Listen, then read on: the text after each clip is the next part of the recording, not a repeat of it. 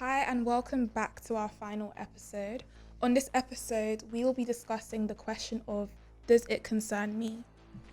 So, the first question I'm going to ask the three panelists is, what are the biggest problems facing the environment? Well, where to start? What are the problems facing the environment? You know, biodiversity loss, deforestation, plastic in our oceans, you know, warming, frozen ice. What am I trying to say? Melting ice caps. That's the words. Yeah, I don't know which is more prevalent, but they all seem pretty bad. Yeah, I had those listed in my mind as well. So many. So I don't think you can necessarily put one on it, but what you can start to do is say, where does this lead? This leads to, again, how do you get people to start thinking about change? It's going to affect me, ultimately. What's the biggest problem is that there's going to be a real humanitarian crisis that's going to come out of this. Whether it's, drought, flooding, mass migration, so many people in the world at that time anyway. So all of them together create one very bad problem for us and our survival, really. Okay, I'm going to show you some interviews that we took, people's responses to the question, does it concern me? Okay, when you live your day-to-day life, do you think about the impact you have on the world and pollution? Do you think about these things? To be honest, not that much, no. You don't think about it? No. Okay, and what would encourage you to learn more about it? Maybe I'm a sports student, but maybe one day I'll try to learn about these things. But now I'm not on that way still. So mostly you're focusing on your education, your life, and not caring. And you don't really think about what's happening around you because you've got one focus, and that's your education, right? No, I'm just football education. That's it. Football education. That's it. Got his priorities. If there is a question, unless you have a question maybe for a scientist or an expert on climate change or somebody in government who has control over these kind of things, what would you ask them? Where we're going to be in the next 20 years. You know, what else have we got to do to... now, my daughter told me only this week that the carrier bags in the shops that used to be 5p are now 20p, so that they're forcing you not to buy a carrier bag. But of course we didn't understand it. As I said, like wet wipes down the toilet and you flushed everything away, so... it's the information's not going out to the right people. The pensioners need to be told more about it, as well as the young people, because we are willing to learn and we are willing to take part. So my next question is, how can we achieve a net zero world? Is that possible, and what steps should be taken? I think there's so many things we can do as individuals that will add up. So we can reflect on what we do at home and how it's making an impact, and really start to make small changes in our own life, whether it's eating locally and seasonal food, or changing the way we travel, changing the way we shop, shopping from small businesses a lot more rather than small local businesses a lot more, and just creating a community and working together. Definitely it's quite important. Yeah, I think it's like what was interesting in the video, the sort of older lady was asking about what can we do, what do we do next? Tell me what we need. And so it's about informing those decisions, whether they're big or small. And I suppose on the individual level, whether sort of day to day, it's about maybe trying to sort of like understand what impacts things have. So I don't know, maybe anecdotally, in my sort of like architecture work, there's this trend that's happening where we start doing sort of like whole life carbon assessments for buildings. So that's about like understanding what the embodied carbon of all the materials and transport and processes that go into making the building are, plus all the carbon that you use like in the lifetime of that building for heating it and having your electricity and stuff, and what all that adds up to kind of gives you your sort of like whole carbon amount for that thing. So you know, and then you can start talking about, I suppose in that it's quite a good thing for whether you can achieve net zero carbon, because a lot of people try and do this in buildings, which is a like sort of big polluter. And then can you offset that by producing some of your energy through environmental means, by that will lower it? Or, and then do you plant some trees? You know, do you have to, every time you build a house, do you have to plant a hectare of trees or something to balance it?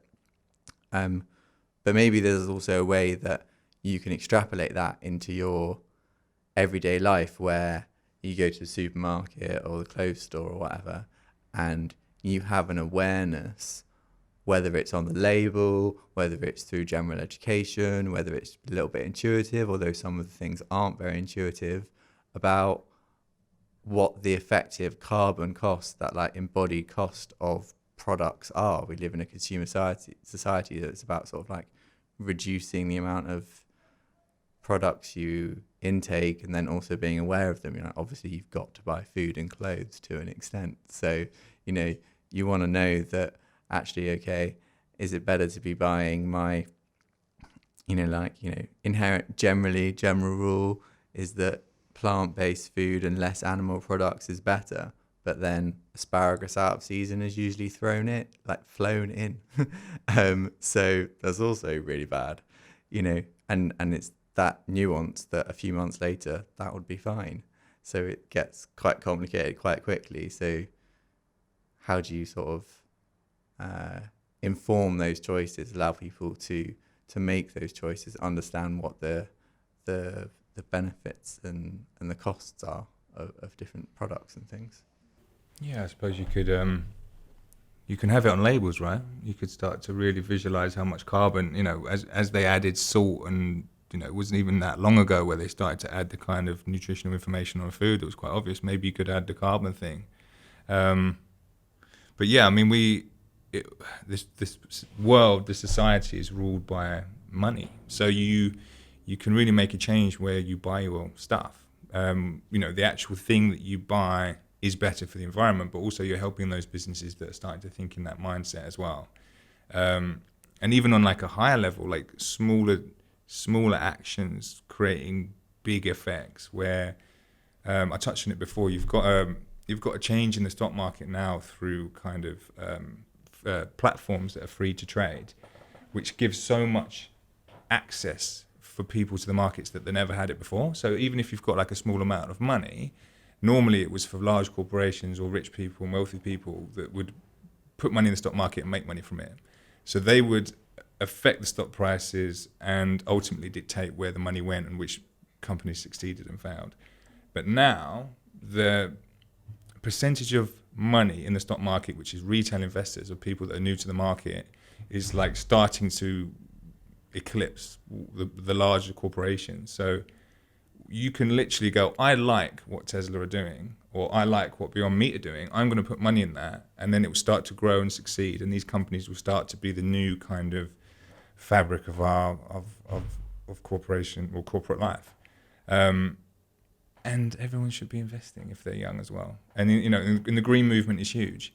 I would recommend that because I'm seeing it and how it's really starting to affect which companies succeed, for sure. You mentioned how small actions have a big effect, but even though people recycle, or let's say they walk to places that are close by, if everyone is still using their cars that run on petrol, or still taking public transport, or doing things that affect the environment negatively, does it really matter? Do these small actions actually matter, and are they as important in achieving a net zero world? I think, yeah, because, you know, eventually in 2050, we're going to have 9 billion people on this planet.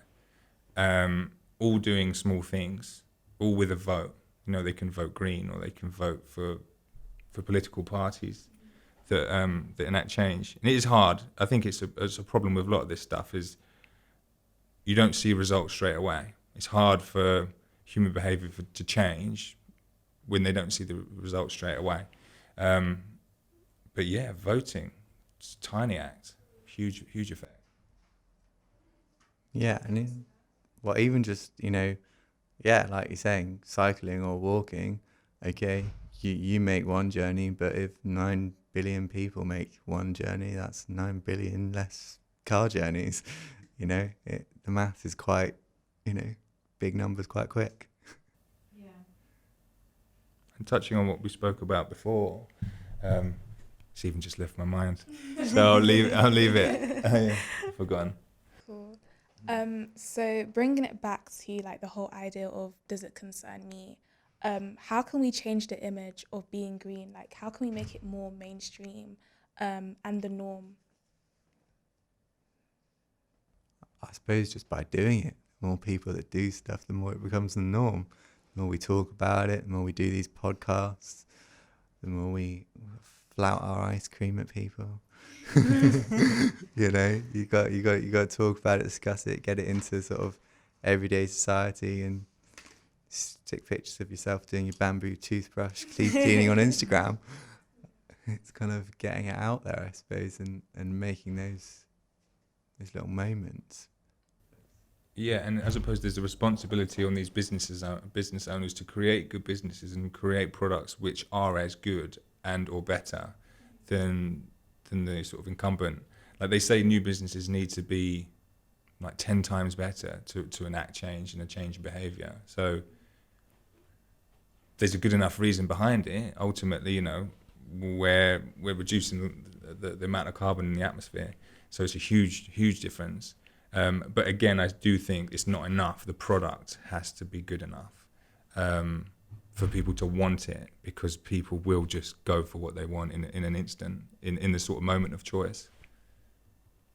It's also habits, though. You know, you're very quick to make a habit. Like, I'm sure the people that come to your shop, once you've set the habit, once you've been a couple of times, I imagine they must come back. You know, it must be the way most things. Yeah, it's like plastic-free July has become a trend now, and we see such a huge shift in like new customers coming into the shop in plastic-free July, and they actually do go plastic-free throughout the whole month. And at the end of it, they notice what a difference it makes, and that's when they start to make these changes. And you know, it's like setting these trends which trigger people as well. People want to follow trends, so it's and then it just leads them to actually making those changes and following it. And there's incremental things. Like one of my friends, she did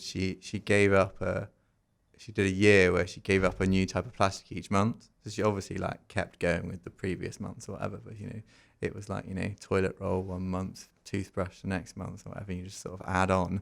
And so then you've given up 12 things over the year, but each month you just sort of like, you know, work out your system and your new habit, and the ones you've already got, they just carry on going. It was kind of easy peasy. Must have been easy to give up the plastic toilet roll.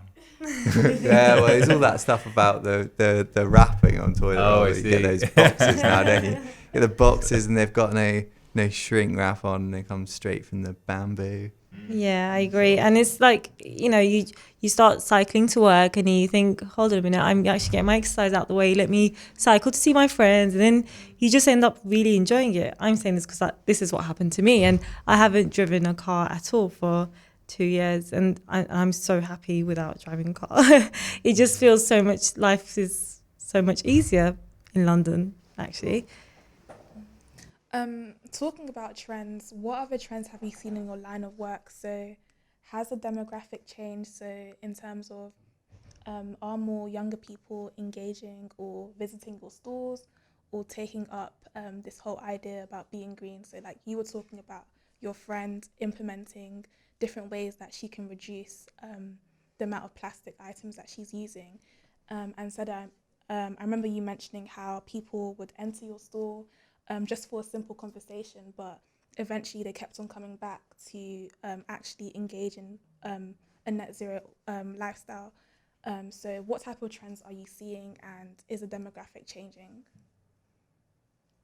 I think like in the architecture world, some of the stuff's really exciting in the way that people have been like really collaborative in signing up to things. So there's been like a big sort of push for like the industry had this whole like Architects Declare thing, and then there's this Architects Climate Action Network. And what's really exciting about those groups and many others is that everyone's doing everything so open source. Like Field and Clegg Bradley that are involved with this podcast and things, they've produced this whole tool to do some of the like whole life carbon assessments that I was talking about before, and they're just giving it away for free so that everyone can like learn from it and work with it. And there's loads of different examples of that loads of people in this movement seem really open to collaboration and sharing. It's just a really exciting way of doing things. It's really nice. I don't know whether you guys have noticed that in like different ways of like green movements. Yeah, I agree. It's almost like what I mentioned about Plastic Free July, and people are sort of coming in, and you can see those changes being made. And especially during this pandemic, I've noticed a lot of people have noticed their waste at home, and they want to make a difference, and they want to start refilling. And so they're coming into the shop. Really, they want to have discussions and how they can change the way they shop and where they can start. So yeah, it's interesting to see. I think it's unstoppable, isn't it? Like, we know that it's happening now, and I suppose in 5 or 10 years' time, the discussion will be as if we were even considering it. I think it was even like with recycling, people were just like, it was effort to do, and then they started doing it, and then it becomes habit, and almost like it's an awful thing not to put something in recycling now. It feels so bad. Food, if you think of food trends, like, people love talking about their food, and it's the debate as well that helps us. Even though vegan and vegetarian food can get slated, it's opening the conversation, and it allows people to talk and around the kitchen table or whatever, and put other points of view across. So you just got to ride it. I think you got to keep riding it. And for the people that are not really attuned to, I guess, climate change or thinking about the environment positively, how can we get them to engage in these sort of issues and like the urgency of the situation? I think what I've noticed through the documentaries that have been released this year is when you engage with someone through a personal level that connects with them, that's when they feel a bit more connected to the subject. So, there was a documentary on eating plant-based it was based on performance, strength performance. And I know a lot of people who were totally against it, and they started to sort of transition to a more plant-based lifestyle just after that documentary. So it's just really creating that connection with people, and that's when they start to engage a lot more.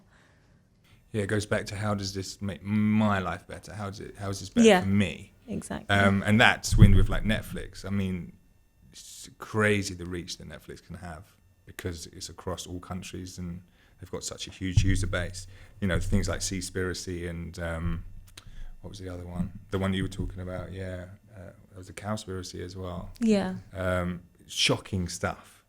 Some of it scientifically unsound, but largely like shocking and real. And it seems to have the effect. It seems to be getting people talking. Yeah, just getting it out there, isn't it? It's just really clear. And everyone's got their niche that this, like, climate is talking about all things to do with the world to a certain extent, and everyone has a part of that they're interested in and worried about. It's just finding the right thing, isn't it, to sort of tap into. Yeah, definitely.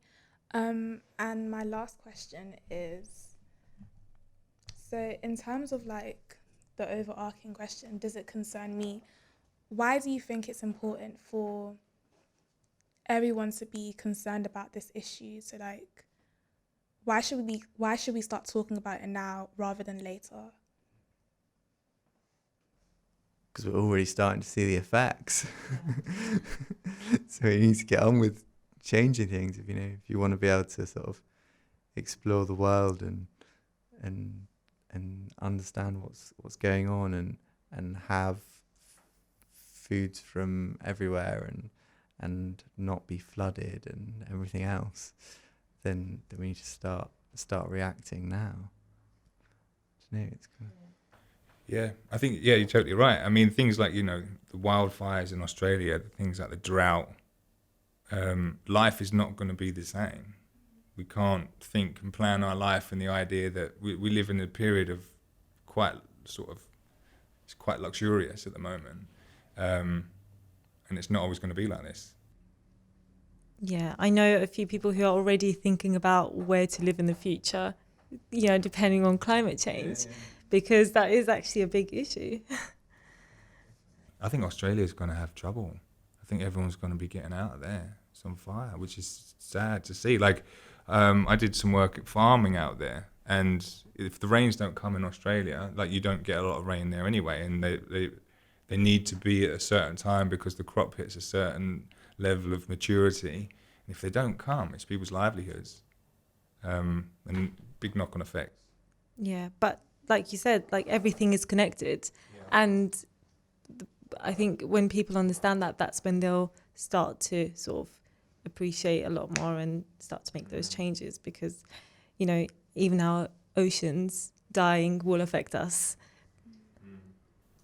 Even on like a small level as well, you know, local flooding and things in these towns in Yorkshire or whatever, huge amounts of money have to pay for the repairs for these, you know, these kind of things to happen. They're going to become more and more frequent.